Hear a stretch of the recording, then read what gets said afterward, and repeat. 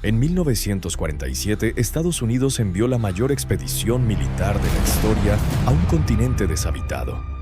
4.700 hombres, 13 barcos de guerra, 33 aviones de combate, un portaaviones completo. La misión estaba programada para durar 8 meses. Duró 8 semanas.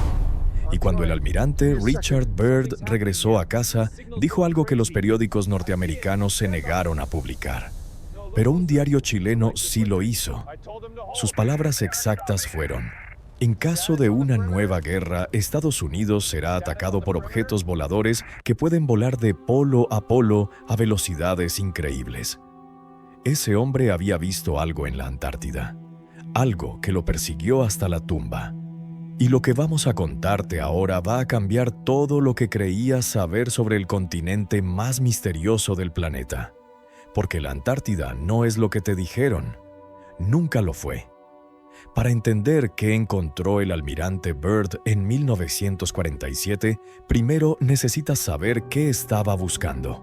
Y para entender qué estaba buscando, necesitas retroceder 9 años, a 1938, al corazón de la Alemania nazi, a las oficinas de una organización que oficialmente no existía, la Ahnenerbe, la Sociedad para la Investigación de la Herencia Ancestral. Esta organización, fundada por Heinrich Himmler, el segundo hombre más poderoso del Tercer Reich, tenía un objetivo que sonaba a locura: encontrar los orígenes de la llamada raza aria. Enviaron expediciones al Tíbet buscando manuscritos antiguos, a Sudamérica buscando ciudades perdidas, a cada rincón del mundo antiguo buscando pruebas de civilizaciones olvidadas. Y en 1938 enviaron una expedición a la Antártida. El 17 de diciembre de ese año, un barco llamado MS Schwabenland zarpó de Hamburgo con destino al fin del mundo. No era un barco cualquiera. Era un buque de carga reconvertido, equipado con catapultas de vapor capaces de lanzar aviones desde su cubierta en cualquier condición climática. Una tecnología que en aquella época solo tenían los portaaviones militares más avanzados. A bordo iban 33 tripulantes escogidos personalmente por Himmler, científicos con múltiples doctorados, cartógrafos de la Wehrmacht entrenados en reconocimiento aéreo, pilotos de élite con miles de horas de vuelo y 2 hidroaviones Dornier Do-18 equipados con las cámaras aéreas más avanzadas de la época. La misión oficial era simple: explorar la Antártida para establecer una estación ballenera. Aceite de ballena. Eso decían los documentos. Alemania necesitaba aceite de ballena para fabricar margarina y glicerina. La glicerina era esencial para producir nitroglicerina. Y la nitroglicerina era el componente principal de los explosivos. Hitler estaba preparando una guerra. Necesitaba explosivos. Por lo tanto, necesitaba aceite de ballena. Suena completamente lógico. Pero había un problema con esa explicación, un problema que nadie podía ignorar. Alemania no necesitaba ir hasta el Polo Sur para conseguir aceite de ballena. Noruega, su vecino del norte, era el mayor productor mundial. Y los noruegos vendían todo el aceite que Alemania quisiera comprar, a precios razonables, sin necesidad de expediciones suicidas al fin del mundo. El costo del MS Schwabenland, los aviones, el equipo, los salarios de los científicos de élite. Esa cantidad de dinero habría pagado décadas de importaciones de aceite noruego. Entonces, ¿qué buscaban realmente? ¿Por qué gastar millones de marcos del Reich en enviar a tus mejores hombres a un desierto helado donde supuestamente no había absolutamente nada de valor? Los hidroaviones despegaron del Schwabenland y volaron sobre el continente durante 3 semanas sin parar. Cubrieron más de 0 kilómetros cuadrados, 600.000, un área más grande que toda España. Tomaron más de 16, fotografías aéreas, mapearon cada montaña, cada valle, cada grieta en el hielo con una precisión obsesiva que no tenía ningún sentido para una simple misión de reconocimiento ballenero. Volaron en patrones de cuadrícula perfectos, sistemáticamente, metódicamente, como si estuvieran buscando algo específico, algo que sabían que estaba ahí pero que necesitaban localizar. Y luego hicieron algo que ningún explorador había hecho jamás. Lanzaron desde el aire cientos de banderines metálicos con la esvástica nazi. Los clavaron en el hielo cada 25 kilómetros.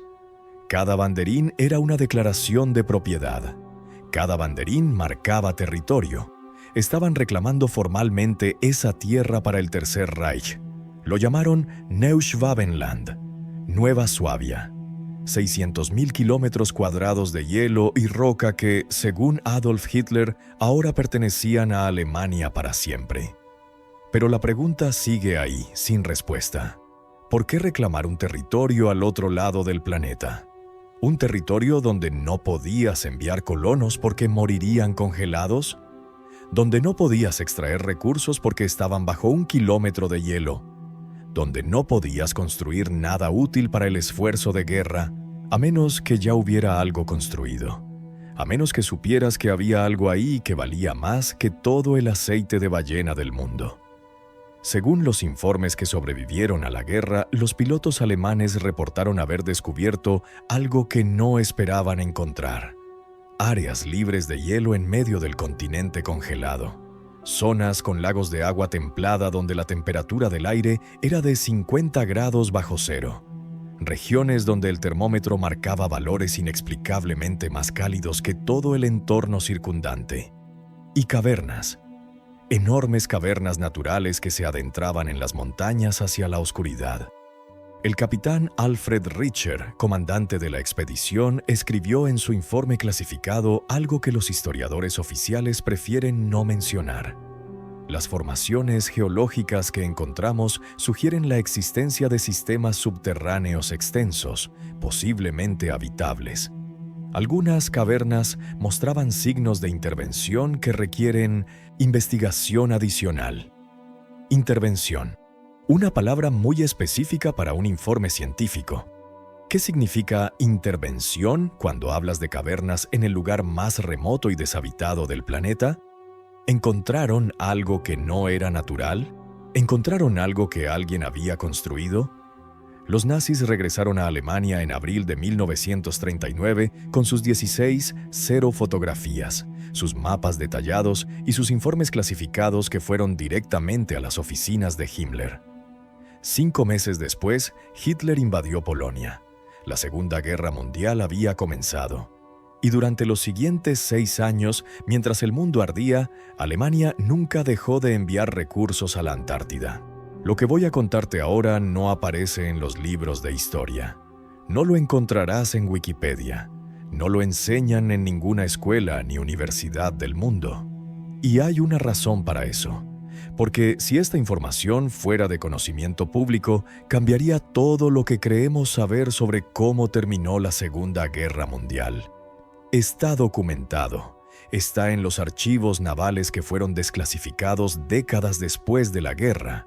Está en los registros de inteligencia aliada que sobrevivieron a las purgas de documentos. Está en los testimonios de los hombres que vivieron para contarlo y que hablaron cuando ya no tenían nada que perder. Durante 6 años de guerra total, mientras millones de soldados morían en los campos de batalla de Europa y el Pacífico, mientras los bombarderos aliados reducían las ciudades alemanas a cenizas noche tras noche, mientras el Tercer Reich se desangraba luchando contra los soviéticos en el este y los aliados en el oeste. Alemania dedicó recursos preciosos a algo que no tenía sentido militar. Siguió enviando submarinos a la Antártida, U-boats que partían de los puertos alemanes con tripulaciones completas y suministros para meses de navegación. U-boats que tomaban rumbo sur y desaparecían del mapa. U-boats que nunca regresaron. Oficialmente fueron hundidos en combate. Oficialmente los destruyeron las cargas de profundidad británicas. Oficialmente se perdieron en las tormentas del Atlántico Norte. Pero el alto mando aliado llevaba la cuenta. Tenían espías en cada puerto alemán. Tenían agentes dobles en cada astillero.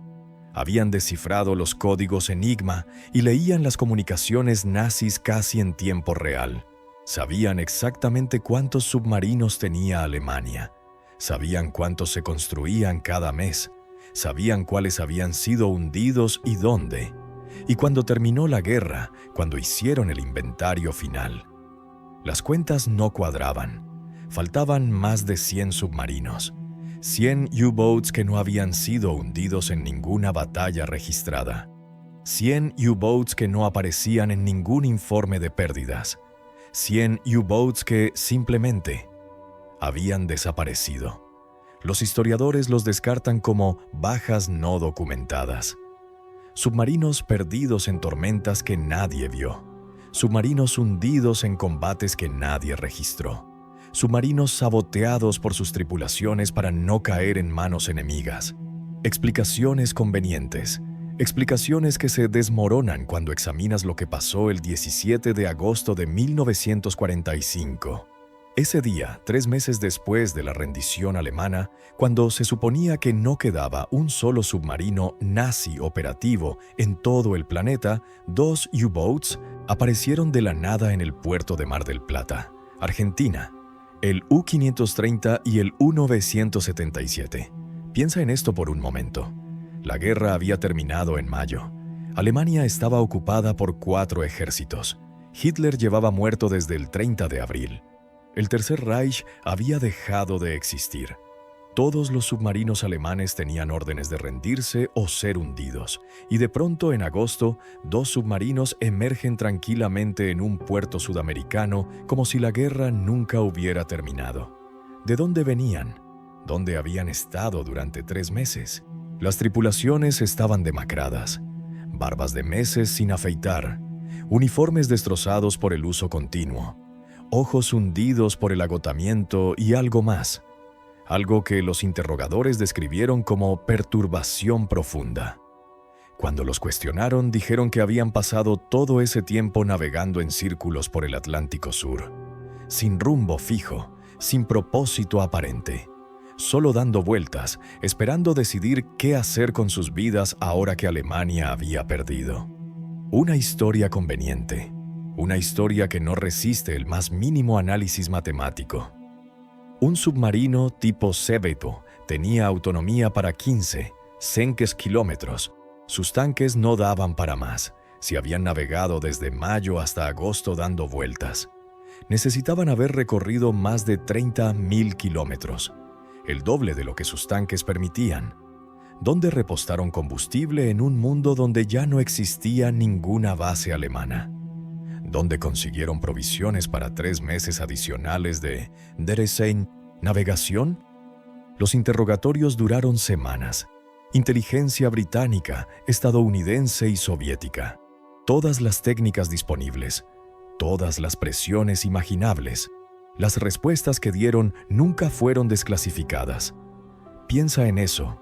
80 años después, esos documentos de interrogatorio siguen sellados. En una época donde se han desclasificado secretos sobre bombas atómicas, asesinatos de presidentes y operaciones encubiertas en docenas de países. Las declaraciones de 2 capitanes de submarinos sobre dónde estuvieron 3 meses siguen siendo secreto de Estado. ¿Qué dijeron que era tan peligroso revelar? Pero una carta sobrevivió, una carta que nunca debió salir a la luz. Karl Unger era tripulante del U-209, un submarino oficialmente hundido por cargas de profundidad británicas en mayo de 1943. Toda su tripulación fue declarada muerta. El caso fue cerrado. Pero décadas después de la guerra, la familia de Unger encontró una carta entre las pertenencias de un pariente fallecido. Una carta con la letra de Karl, una carta fechada después de su supuesta muerte. La carta decía: el submarino U-209 logró su objetivo. La travesía fue difícil, pero cada sacrificio valió la pena. Hemos llegado al interior de la Tierra. No regresaremos al mundo que conocíamos, pero estamos a salvo. Estamos en casa, no nos busquen. Si el U-209 fue hundido en mayo de 1943, ¿cómo escribió Karl Unger una carta después? ¿Y si llegó a algún lugar? ¿A dónde exactamente? El interior de la Tierra. No dijo el sur. No dijo un lugar seguro. No dijo Argentina o cualquier otro destino lógico para un nazi en fuga. Dijo el interior de la Tierra. ¿Metáfora poética de un hombre trastornado por la guerra? ¿O descripción literal de algo que no podemos comprender? Los aliados no eran estúpidos. Habían ganado la guerra más devastadora de la historia. Habían descifrado los códigos alemanes. Habían infiltrado sus operaciones. Habían capturado a sus mejores científicos en la operación Paperclip. Y entre los documentos confiscados, entre los interrogatorios a oficiales nazis de alto rango, entre los secretos arrancados a un Reich moribundo, encontraron referencias a la Antártida. Suficientes referencias para preocuparse. Los aliados conectaron los puntos. Sabían de la expedición del Schwabenland en 1938. Sabían que los nazis habían reclamado 600 kilómetros cuadrados de territorio. Sabían de los submarinos que desaparecían rumbo al sur y nunca regresaban. Sabían que algo estaba pasando en el continente blanco. Y en agosto de 1946, apenas un año después de que terminara la guerra, tomaron una decisión que no tenía precedentes. La Marina de Estados Unidos anunció la operación High Jump, la mayor expedición antártica de la historia humana. Mira estos números. 700 hombres, veteranos de combate, soldados entrenados, 13 barcos de guerra, incluyendo el portaaviones USS Philippine Sea, 33 aviones de combate y reconocimiento, un submarino de ataque, 6 helicópteros, tractores oruga blindados, equipos de demolición, para una misión científica en un continente donde supuestamente no había más que pingüinos y hielo. El almirante Richard Byrd, el explorador más famoso del mundo, el primer hombre en sobrevolar ambos polos, estaba al mando. Los comunicados de prensa hablaban de entrenamiento en condiciones extremas y cartografía costera. Pero los documentos clasificados, desclasificados décadas después, contaban otra historia. Los objetivos reales incluían localizar y neutralizar instalaciones enemigas y evaluar amenazas potenciales a la seguridad nacional de Estados Unidos. ¿Instalaciones enemigas? ¿Un año después de terminar la guerra? ¿En un continente supuestamente deshabitado desde el principio de los tiempos? Solo hay una explicación que tiene sentido. Estados Unidos sabía que los nazis habían encontrado algo en la Antártida, algo importante, algo peligroso, y enviaron un ejército para buscarlo.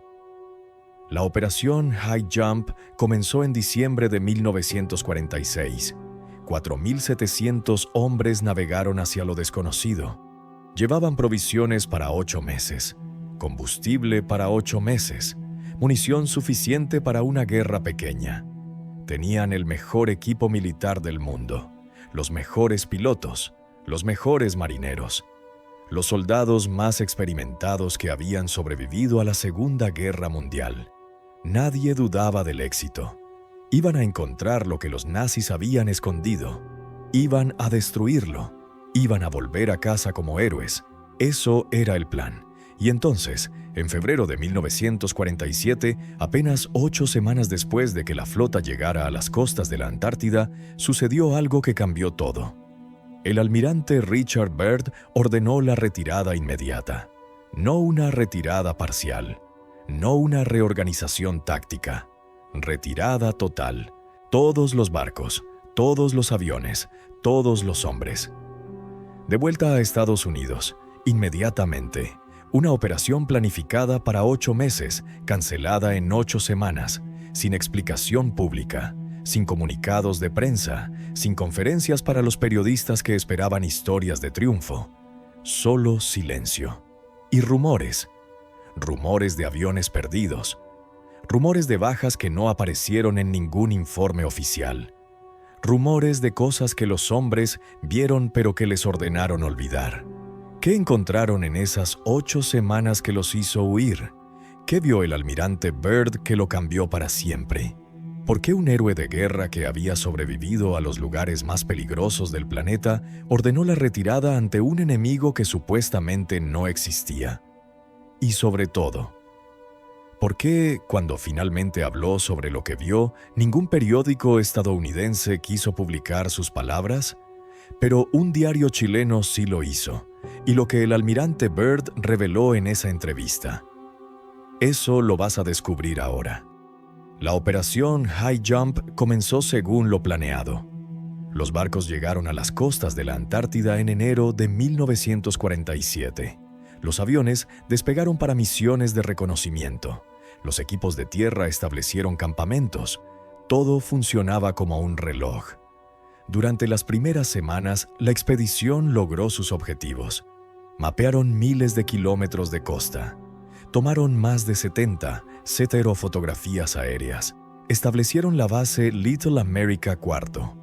Los informes que llegaban a Washington eran optimistas. Y entonces algo cambió. Los pilotos comenzaron a reportar anomalías. Al principio eran cosas pequeñas. Brújulas que giraban sin control sobre ciertas zonas. Instrumentos que daban lecturas imposibles. Interferencias de radio que bloqueaban las comunicaciones en momentos críticos. Luego vinieron los avistamientos. Objetos en el cielo que no deberían estar ahí. Objetos que se movían de maneras que ningún avión conocido podía replicar. Los primeros reportes fueron descartados como alucinaciones. El frío extremo puede afectar la mente. La luz polar crea espejismos. Los pilotos estaban cansados, pero los reportes seguían llegando, y entonces empezaron a perder aviones. Lo que voy a contarte ahora fue clasificado como alto secreto durante décadas. Y cuando entiendas por qué, entenderás también por qué la misión terminó tan abruptamente. Los documentos oficiales de la operación High Jump usan un término burocrático para describir lo que pasó. Pérdidas operacionales. Pérdidas operacionales. Un término que no dice nada. Un término diseñado para no decir nada. ¿Cuántas pérdidas? Los números varían según la fuente que consultes. Algunos documentos desclasificados mencionan 4 aviones. Otros informes hablan de 6. Investigadores independientes que han dedicado décadas a estudiar este tema afirman que fueron muchos más. Pero el número exacto no es lo más perturbador. Lo perturbador es cómo se perdieron. La explicación oficial culpa al clima. El invierno antártico es brutal, dicen. Las tormentas aparecen de la nada. Los vientos pueden superar los 300 kilómetros por hora.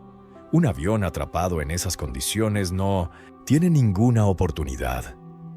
Accidentes, solo accidentes trágicos. Suena razonable, suena creíble, suena exactamente como lo que dirías si quisieras que la gente dejara de hacer preguntas. Pero hay un problema con esa explicación. Los pilotos que sí regresaron contaron una historia muy diferente. Testimonios que fueron clasificados durante años, filtrados décadas después por personal retirado que ya no tenía nada que perder, describen algo que no tiene nada que ver con tormentas ni fallas mecánicas. Un piloto, cuyo nombre permanece clasificado, declaró en un informe interno: volábamos en formación sobre la costa cuando algo emergió del agua a nuestra izquierda.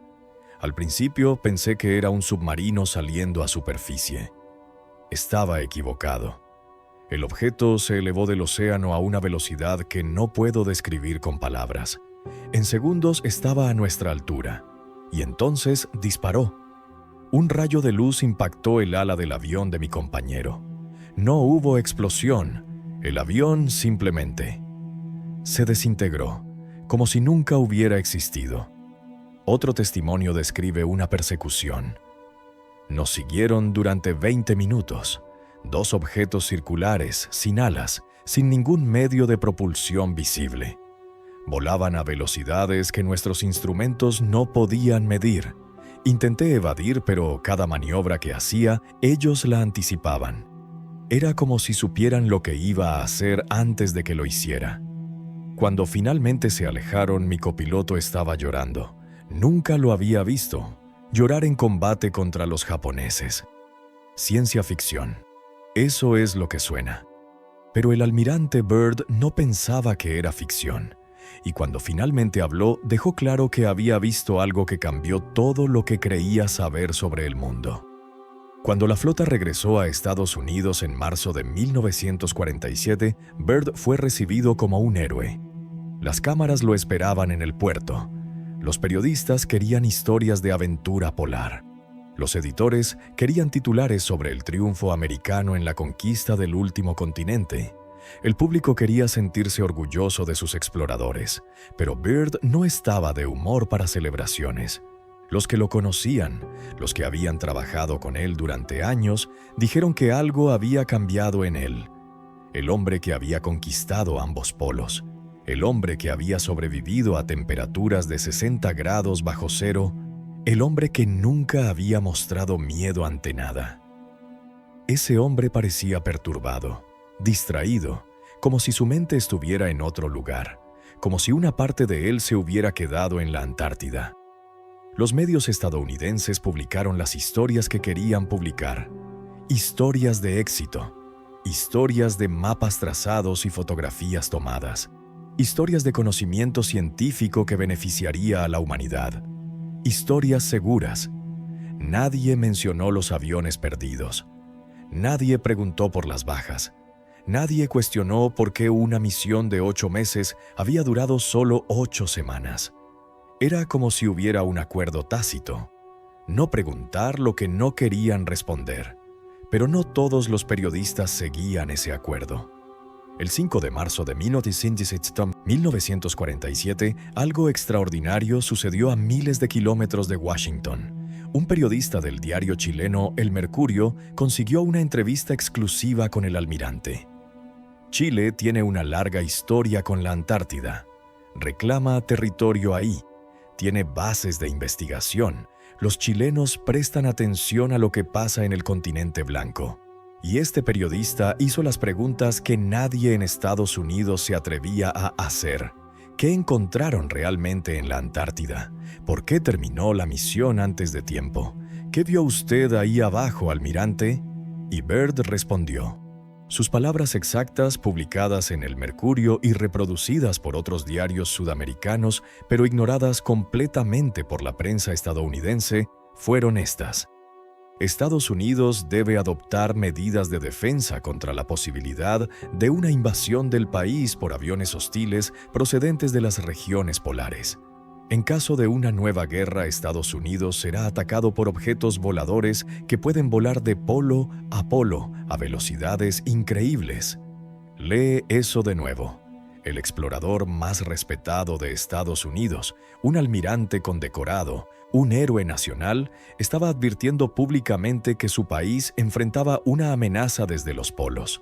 No desde Moscú, no desde Berlín, desde los polos.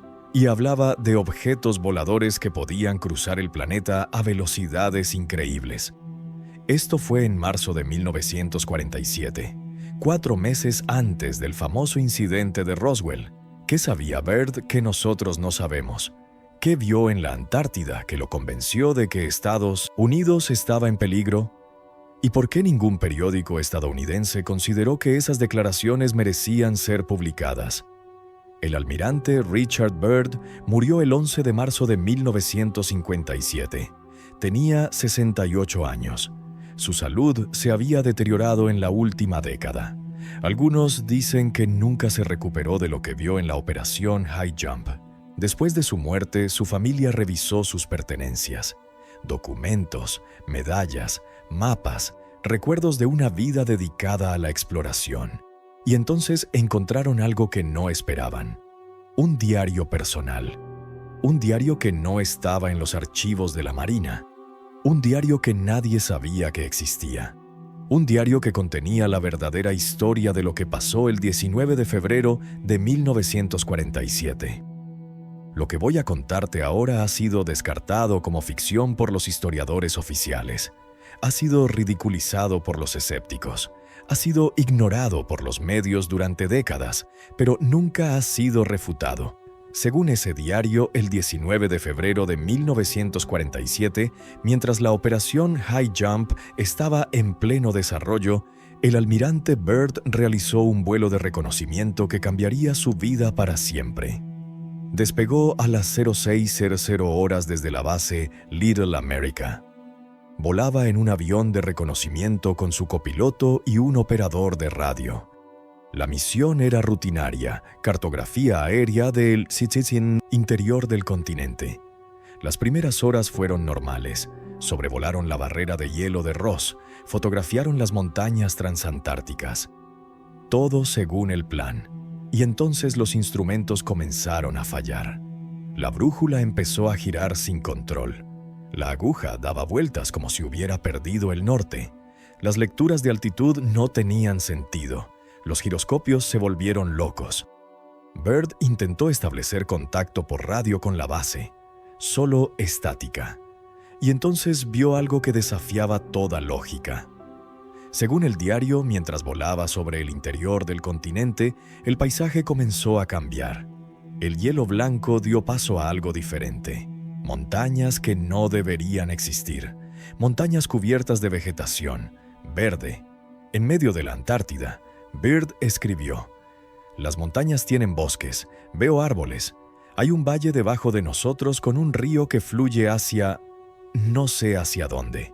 La temperatura exterior ha subido drásticamente. Esto es imposible. Estamos a más de 1000 kilómetros del polo y estoy viendo lo que parece ser un paisaje tropical». Y entonces vio algo más. Un animal grande moviéndose entre los árboles. Un animal que se parecía a un mamut. Los mamuts se extinguieron hace 10.000 años, pero Byrd juró que vio uno. Y eso fue solo el comienzo. Mientras sobrevolaba ese valle imposible, dos objetos aparecieron a los lados de su avión. Discos metálicos. Brillaban con una luz que no era del sol. Flotaban sin esfuerzo visible. Sin alas. Sin hélices. Sin ningún medio de propulsión que Byrd pudiera identificar. Y entonces su avión dejó de responderle. Los controles se movían solos. El timón giraba sin que él lo tocara. Alguien más estaba piloteando, y lo llevaban hacia abajo. El avión aterrizó en una pista que parecía hecha de cristal. No hubo impacto, no hubo turbulencia. El aparato simplemente descendió suavemente, como si una mano invisible lo depositara en el suelo con el cuidado de un padre acostando a un niño. Byrd y su tripulación estaban paralizados. Los motores se habían apagado solos. Los instrumentos marcaban lecturas imposibles, y afuera, a través de las ventanillas, veían un mundo que no debería existir. ¿Dónde estaban? ¿Qué estaba pasando? ¿Seguían en la Tierra? Y entonces los vieron acercarse. Seres que caminaban hacia el avión. Seres de aspecto humano, pero diferentes. Más altos que cualquier hombre que Byrd hubiera conocido. Cuerpos esbeltos, proporcionados de una manera que parecía matemáticamente perfecta. Rasgos faciales que describió como escultóricos, como si hubieran sido diseñados. Y ojos que irradiaban una inteligencia profunda, una sabiduría que parecía acumulada durante siglos, quizás milenios. Le hablaron en inglés perfecto, sin acento, sin vacilación. Le dijeron que no tuviera miedo, que lo habían estado observando durante mucho tiempo, que sabían exactamente quién era Richard Byrd, el explorador de los polos, y que tenían un mensaje para él, un mensaje que debía llevar al mundo de la superficie, un mensaje de advertencia.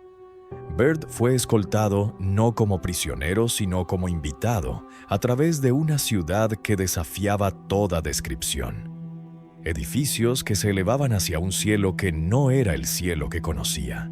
Estructuras construidas con materiales que nunca había visto, que brillaban con luz propia. Vehículos que se deslizaban sin ruedas, sin sonido, flotando como si la gravedad fuera solo una sugerencia.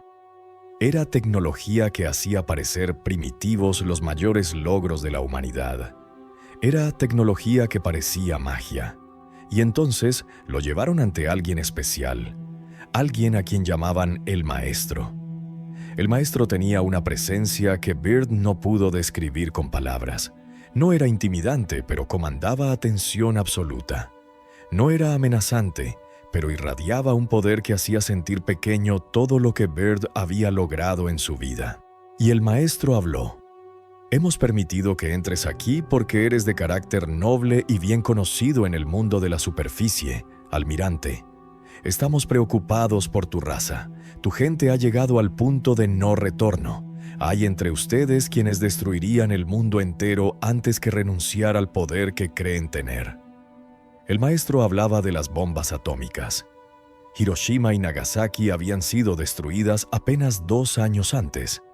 Y según este ser, ese acto había llamado la atención de civilizaciones que preferían mantenerse ocultas.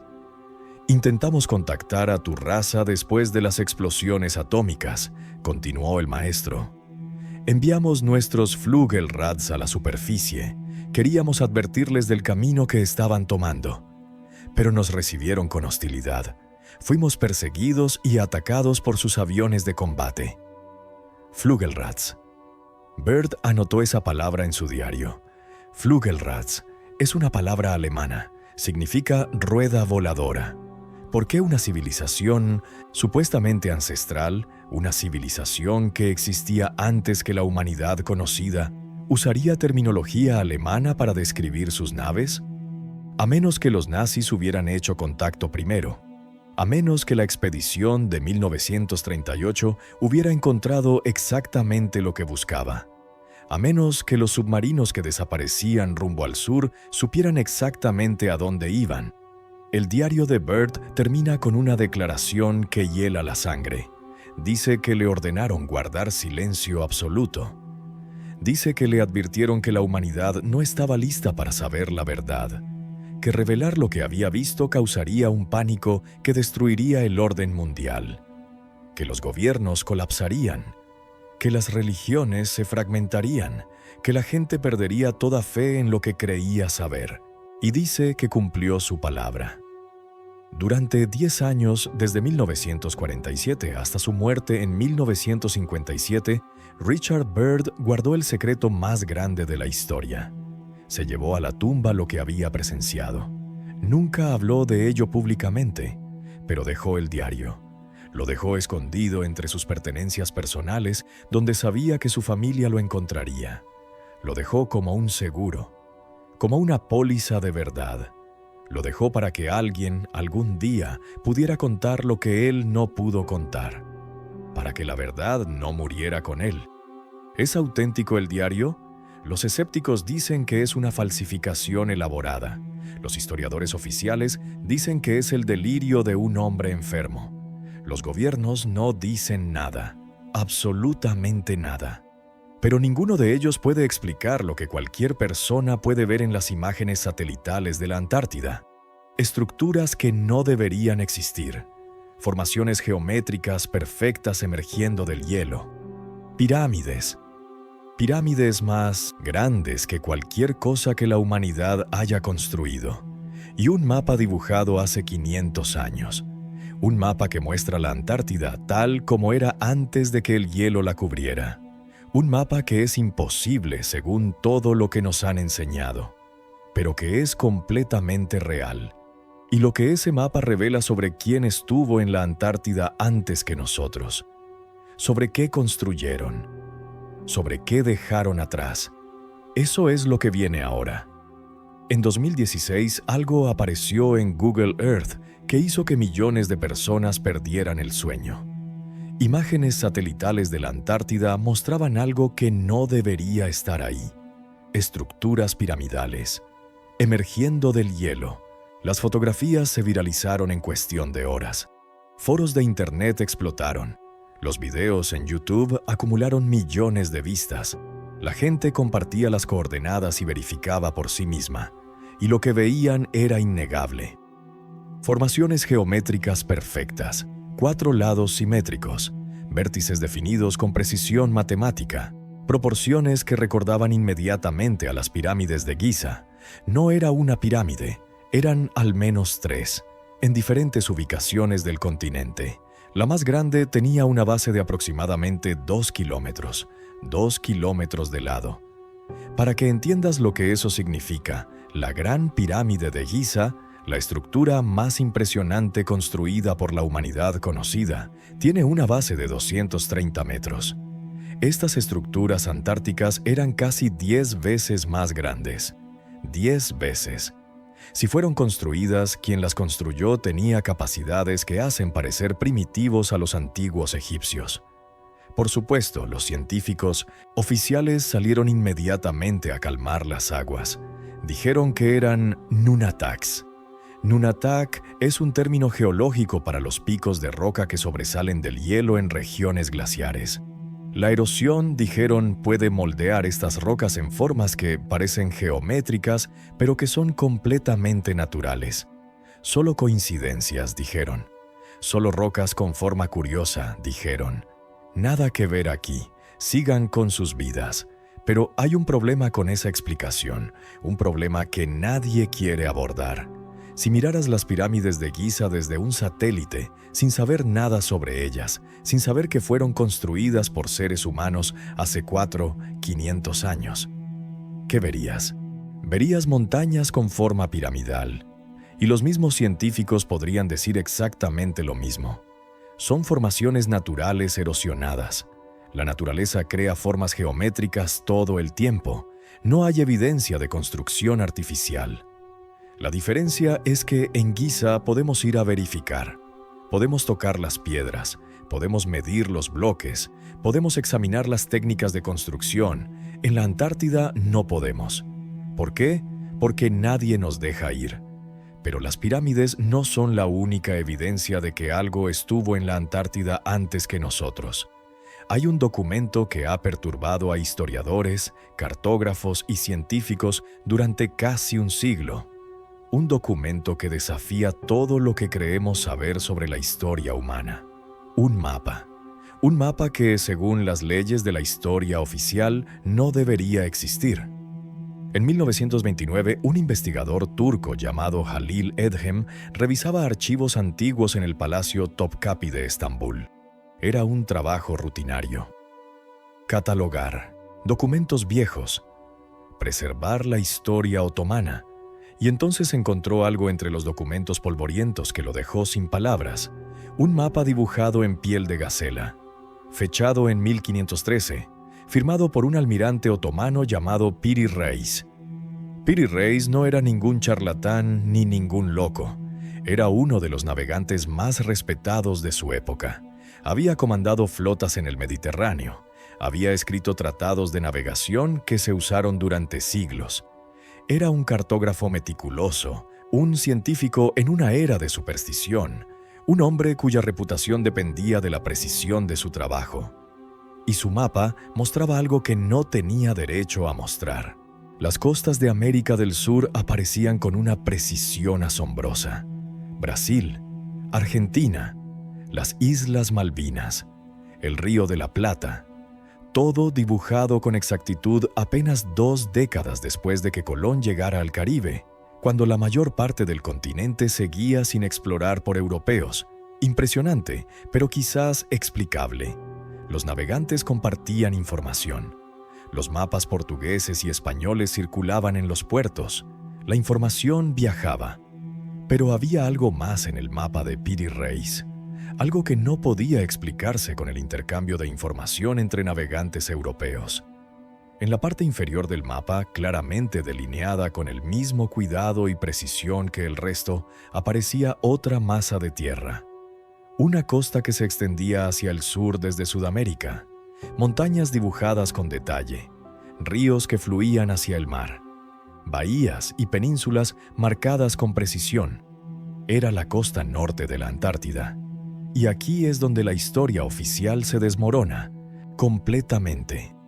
La Antártida no fue descubierta oficialmente hasta 1820, cuando expediciones rusas y británicas avistaron el continente por primera vez, 307 años después de que Piri Reis dibujara su mapa. ¿Cómo podía un cartógrafo otomano del siglo XVI dibujar un continente que ningún europeo vería hasta 3 siglos después? Piri Reis dejó notas marginales en su mapa. Explicó sus fuentes. Dijo que había compilado su trabajo usando mapas antiguos que databan de la época de Alejandro Magno. Documentos que, según él, tenían miles de años. Mapas de un mundo anterior al que conocemos. Los historiadores descartaron esas notas como exageraciones o fantasías, hasta que miraron más de cerca el mapa y descubrieron algo que los dejó helados.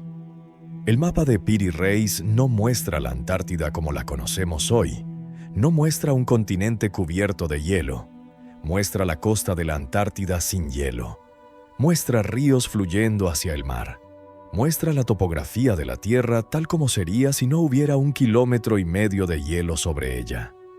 En 1949, científicos británicos y suecos realizaron expediciones sísmicas a la Antártida. Usaron ondas de sonido para penetrar el hielo y mapear la roca que había debajo. Sus descubrimientos fueron perturbadores. Las formaciones costeras que Piri Reis dibujó en 1513 coincidían con la topografía real bajo el hielo. El mapa era correcto. Alguien había cartografiado la Antártida cuando no estaba congelada. La última vez que la Antártida tuvo costas libres de hielo fue hace al menos 6,00 años. Algunos científicos dicen que fueron 10,000 años. Otros dicen que más. En cualquier caso, fue mucho antes de cualquier civilización que reconozcamos. Antes de Egipto, antes de Sumeria, antes de cualquier cultura que supuestamente supiera construir barcos o hacer mapas. ¿Quién estaba ahí? ¿Quién tenía la tecnología para navegar hasta el fin del mundo y cartografiarlo con precisión? ¿Y qué más hicieron mientras estuvieron ahí? ¿Construyeron pirámides? Hay algo que no tiene sentido sobre la Antártida, y cuando lo entiendas, todo lo demás empezará a encajar. En 1959, en el momento más tenso de la Guerra Fría, cuando Estados Unidos y la Unión Soviética se apuntaban mutuamente con miles de misiles nucleares, cuando cada superpotencia buscaba cualquier ventaja sobre la otra, cuando la desconfianza entre ambos bloques era absoluta. Firmaron un tratado juntos, el Tratado Antártico. Piensa en eso por un momento. 2 enemigos mortales que no podían ponerse de acuerdo en absolutamente nada, que libraban guerras proxy en cada continente, que competían por la supremacía espacial, que se espiaban obsesivamente, y de pronto cooperan para firmar un acuerdo sobre un continente helado en el fin del mundo.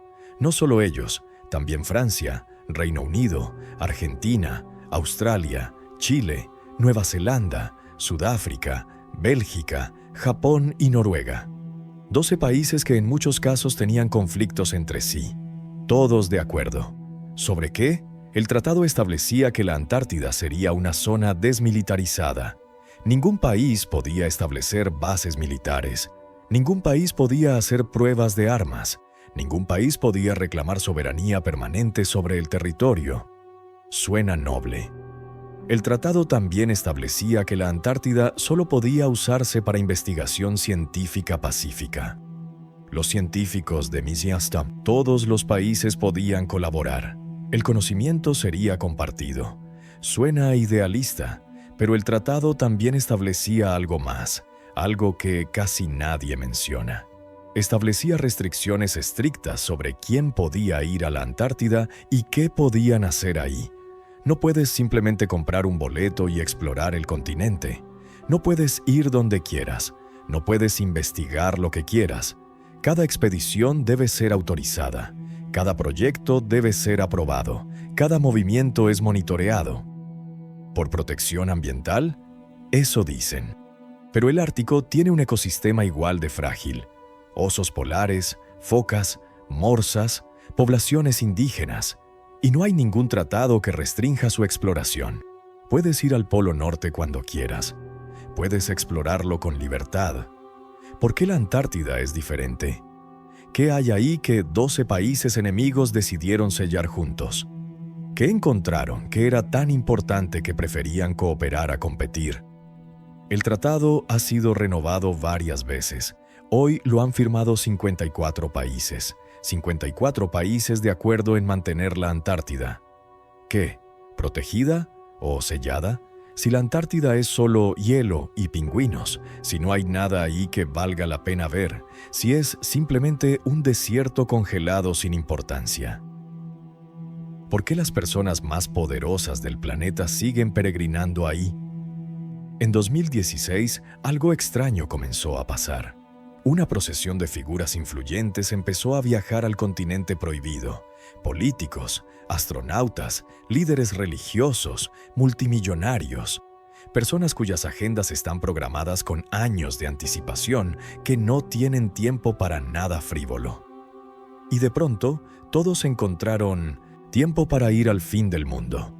El 8 de noviembre de 2016, fecha importante, era el día de las elecciones presidenciales de Estados Unidos, el día en que los estadounidenses elegirían entre Hillary Clinton y Donald Trump, el día más importante del calendario político americano. ¿Dónde estaba el secretario de Estado John Kerry ese día? No en Washington siguiendo los resultados, no en Nueva York con el equipo de campaña, estaba en la Antártida, el principal diplomático de la nación más poderosa del mundo, en un continente vacío, el día más importante del año político. La explicación oficial fue que Kerry quería aprender sobre el cambio climático de primera mano.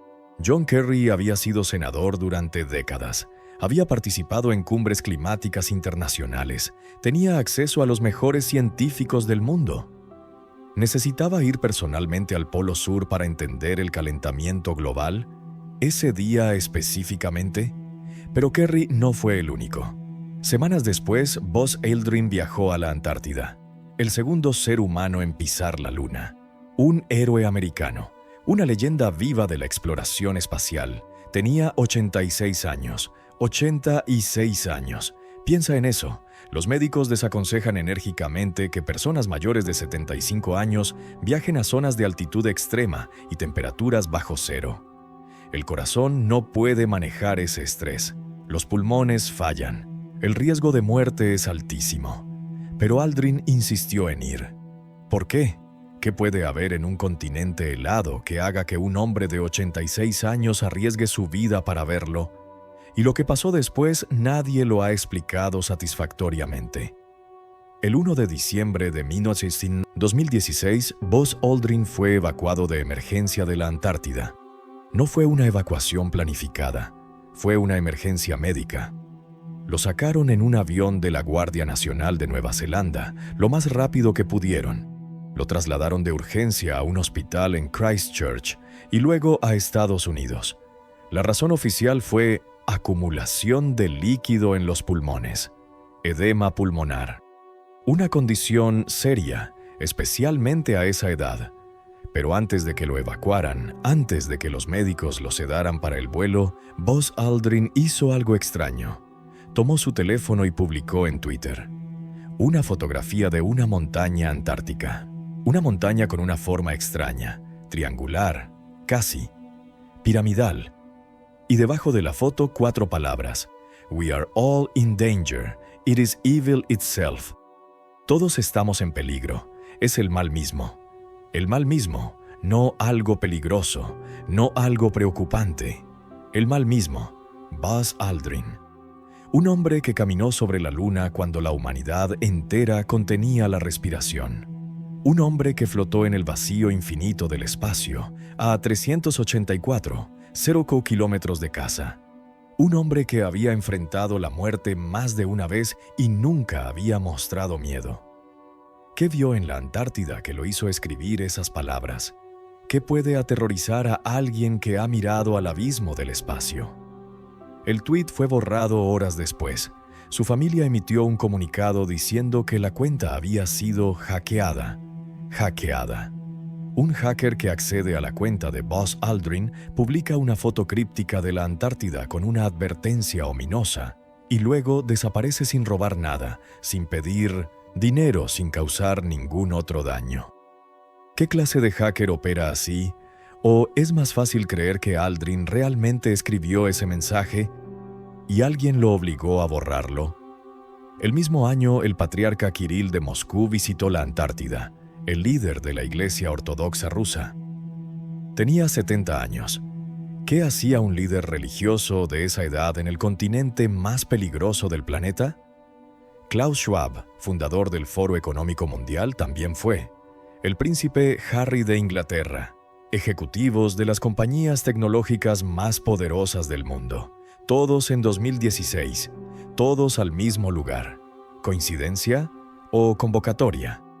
Hay un patrón aquí que no puedes ignorar.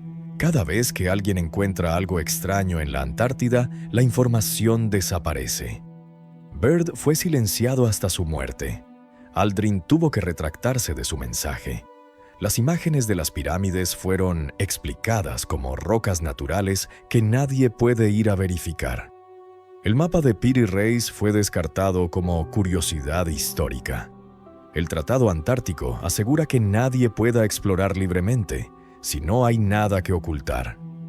¿Por qué tanto esfuerzo en ocultar? Si las pirámides son solo rocas.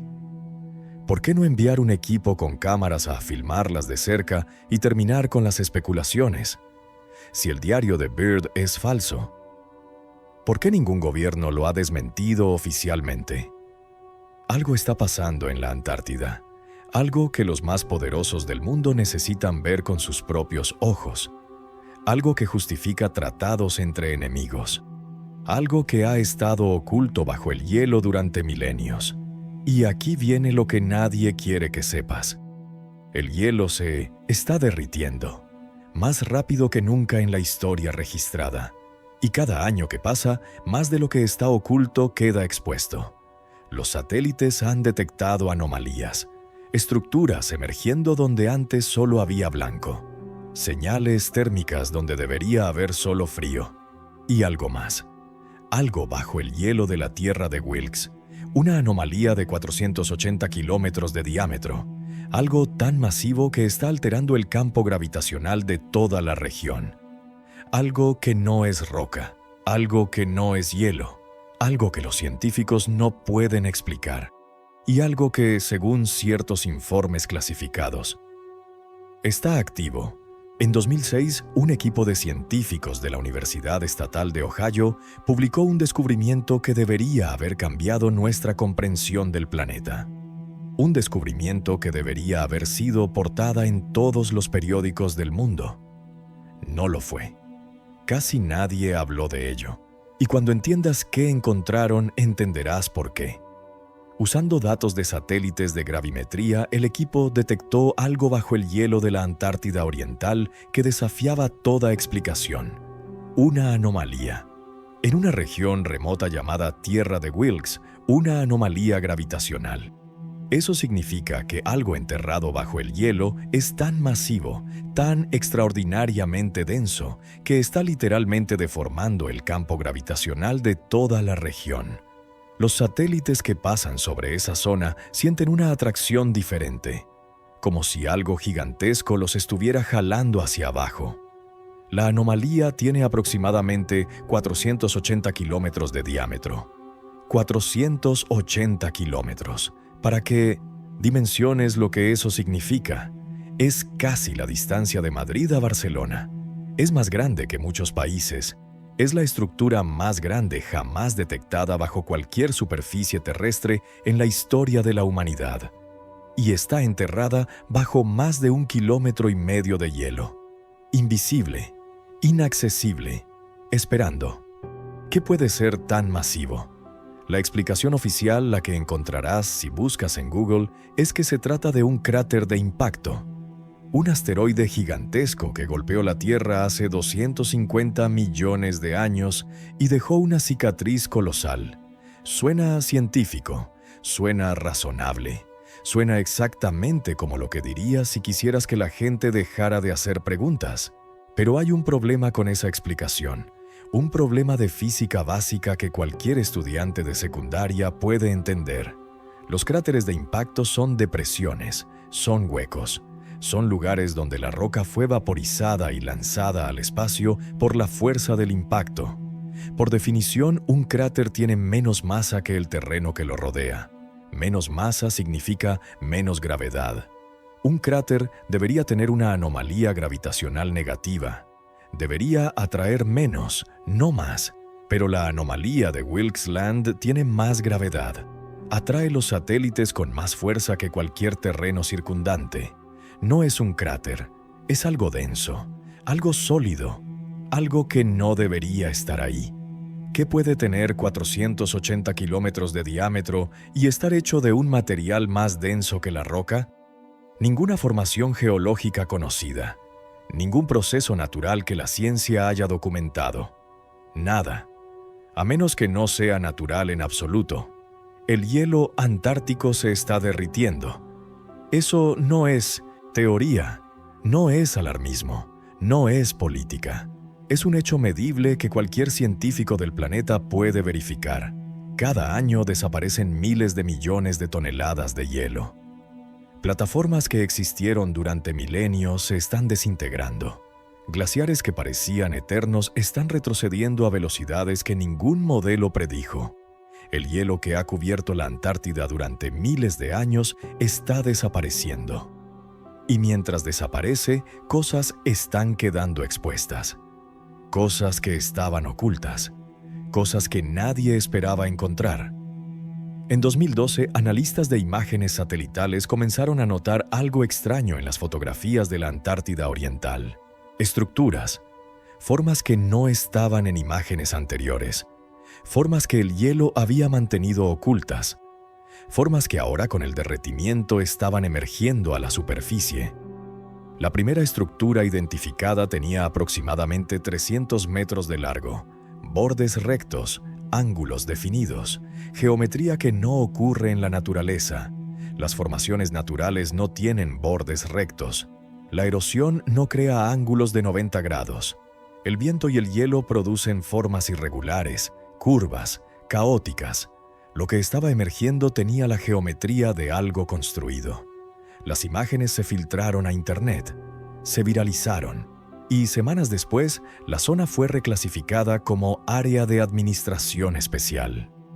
Las nuevas imágenes satelitales de esa región aparecían borrosas, pixeladas, censuradas. Alguien no quería que siguiéramos mirando, pero no pudieron censurar todo. En 2014, otra estructura apareció en una ubicación diferente. En 2016, 2 más. En 2018, 3. Cada año el hielo retrocede. Cada año más estructuras emergen. Cada año más zonas son restringidas. El patrón es innegable. El hielo se derrite. Las estructuras aparecen. Los gobiernos las ocultan. ¿Qué están escondiendo? Y más importante aún, ¿qué pasa cuando ya no puedan esconderlo? Hay algo que los climatólogos saben pero que rara vez dicen en público. Algo que prefieren no mencionar porque las implicaciones son demasiado grandes. El derretimiento antártico no es lineal, es exponencial. Cada año se pierde más hielo que el año anterior. No un poco más, mucho más. Las proyecciones que se hicieron hace una década ya son obsoletas. El hielo está desapareciendo más rápido de lo que cualquier modelo predijo. Y hay glaciares específicos que están en lo que los científicos llaman colapso irreversible. Eso significa que han pasado un punto de no retorno. No importa lo que hagamos. No importa si detenemos todas las emisiones mañana. Esos glaciares van a derretirse. Es solo cuestión de tiempo.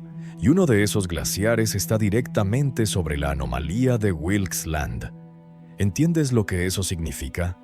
El hielo que cubre la estructura más grande y misteriosa jamás detectada bajo la superficie terrestre. Está en colapso irreversible. Va a desaparecer y lo que está debajo va a quedar expuesto. Es por eso que las élites mundiales empezaron a visitar la Antártida en 2016. ¿Sabían que el reloj estaba corriendo? Fueron a verificar con sus propios ojos cuánto tiempo les quedaba.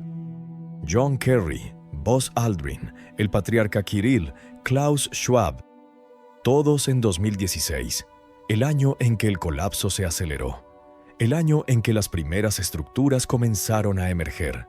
No puede ser coincidencia. Alguien les dijo, alguien los convocó, y fueron a ver lo que está despertando.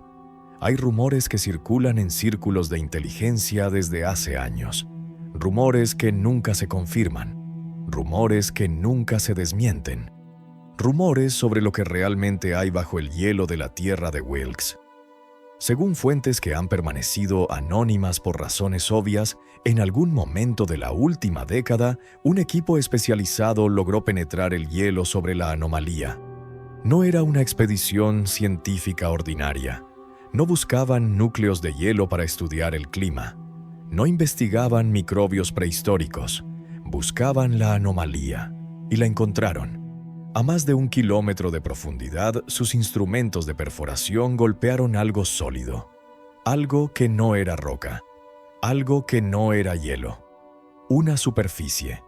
Una superficie hecha de un material que no pudieron identificar. Más duro que cualquier aleación conocida. Más resistente que el acero, que el titanio, que el diamante. Sus herramientas más avanzadas no dejaron ni un rasguño. Y había algo más. Algo que los perturbó profundamente. La superficie estaba tibia, en medio del hielo antártico, a 1 kilómetro bajo la superficie, donde la temperatura debería ser de decenas de grados bajo cero. La estructura estaba generando calor. Algo dentro de ella producía energía. Los instrumentos detectaron un pulso, no un sonido exactamente, no una vibración mecánica, algo más fundamental, un pulso constante y rítmico, como un latido, como si la estructura estuviera viva, o como si algo dentro de ella lo estuviera. El equipo intentó penetrar la superficie. Usaron taladros de diamante, los mismos que perforan las rocas más duras del planeta. Se rompieron como si fueran de plástico. Usaron láseres de alta potencia capaces de cortar acero. La superficie los absorbió sin mostrar el menor daño, sin siquiera calentarse. Usaron cargas explosivas controladas. La detonación no dejó ni una marca. Era como intentar rayar el sol. La superficie simplemente rechazaba todo. Los científicos del equipo estaban desconcertados. Ningún material conocido, natural o artificial tenía esas propiedades. Ninguna aleación, ningún compuesto, ningún elemento de la tabla periódica podía explicar lo que estaban viendo. Y entonces, después de horas de intentos fallidos, algo cambió. Los instrumentos de medición enloquecieron. Agujas que giraban sin control, pantallas que mostraban datos imposibles, y en medio del caos electrónico, una señal, una transmisión. No era ruido aleatorio. No era interferencia electromagnética. No era ningún fenómeno natural que alguno de ellos hubiera visto en sus carreras. El patrón era demasiado regular, demasiado estructurado, demasiado preciso. Era matemático, era intencional, era inteligente. Alguien o algo estaba respondiendo a su presencia, como si los hubiera estado escuchando, como si hubiera estado esperando que llegaran, como si finalmente hubiera decidido hacerles saber que estaba ahí. La transmisión no usaba ningún idioma conocido. No seguía ningún protocolo de comunicación humano. No estaba en ninguna frecuencia que los manuales describieran, pero la estructura era inconfundible. Patrones que se repetían, secuencias que variaban de forma predecible. Información codificada de alguna manera que no podían descifrar. No era ruido. Era un mensaje.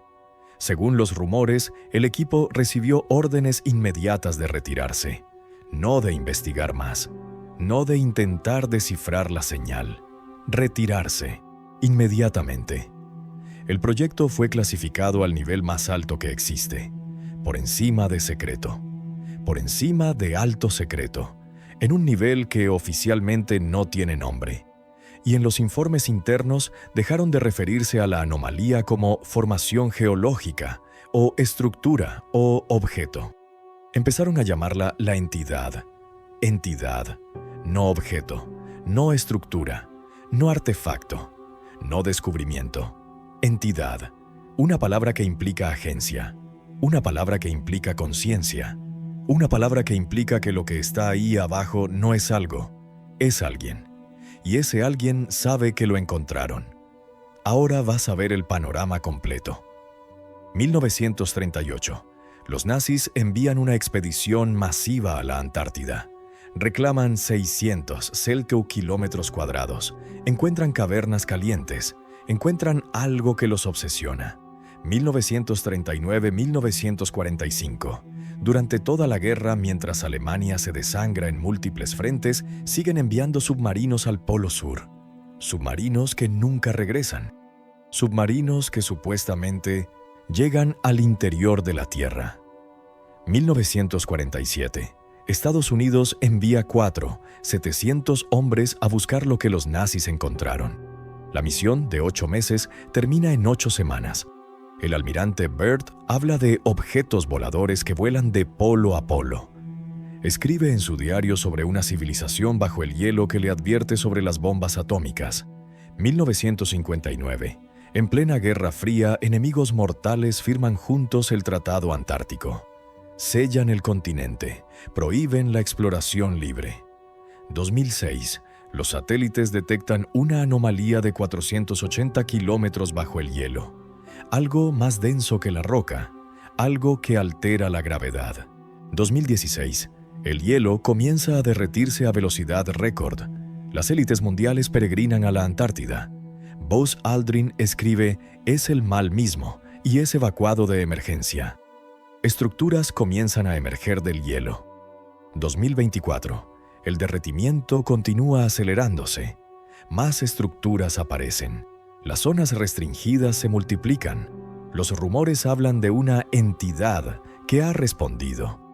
¿Ves el patrón? ¿Ves lo que está pasando? Algo ha estado enterrado bajo la Antártida durante miles de años, quizás millones. Algo que los nazis encontraron y que los obsesionó hasta la derrota. Algo que Estados Unidos buscó y de lo que tuvo que huir. Algo tan importante que enemigos mortales cooperaron para mantenerlo sellado. Algo que ha estado dormido, esperando, y el hielo que lo protegía está desapareciendo. Cada año que pasa, más de esa cosa queda expuesta. Cada año que pasa, estamos más cerca de verla, o de que ella nos vea a nosotros. Antes de morir, el almirante Byrd escribió una última entrada en su diario. Una entrada que guardó durante una década. Una confesión que no se atrevió a hacer en vida. Un mensaje para quien lo encontrara. Decía: «He guardado este secreto durante 10 años. He obedecido las órdenes. He mantenido mi silencio mientras veía al mundo seguir su camino, ignorante de lo que hay bajo el hielo. Pero ya no puedo callar más. Lo que he visto, lo que he experimentado, debe ser conocido por la humanidad. Aquellos que controlan este mundo han decidido que debe permanecer oculto. Creen que la gente no está lista. Quizás tengan razón, pero algún día la verdad saldrá a la luz. No porque alguien la revele, sino porque el hielo la revelará. Espero que estemos preparados para enfrentarla, porque lo que duerme bajo el hielo no dormirá para siempre. Y cuando despierte, Dios nos ayude a todos. Lo que duerme bajo el hielo no dormirá para siempre». Esas fueron las palabras del hombre que lo vio con sus propios ojos. El hombre que habló con ellos. El hombre que recibió la advertencia. Y mientras escuchas esto, mientras estas palabras entran en tu mente, el hielo sigue derritiéndose. Ahora mismo, en este momento, los glaciares sobre la tierra de Wilkes están en colapso irreversible. No se pueden detener, no se pueden revertir. No hay tecnología humana que pueda congelar de nuevo lo que se está derritiendo. Van a desaparecer. Es matemático, es físico, es inevitable. Y cuando desaparezcan, cuando el hielo que ha guardado el secreto durante milenios finalmente se derrita, cuando lo que está enterrado ahí abajo quede expuesto al cielo por primera vez en miles de años, ¿qué vamos a encontrar? ¿Los restos de una civilización que existió antes de la historia que conocemos? ¿Tecnología abandonada por visitantes de otro mundo hace eones? ¿Una advertencia de nuestros ancestros sobre algo que viene? ¿O algo mucho, mucho peor? Algo que Buzz Aldrin, un hombre que caminó sobre la luna, llamó el mal mismo. Algo que hizo huir a 700 soldados estadounidenses armados hasta los dientes.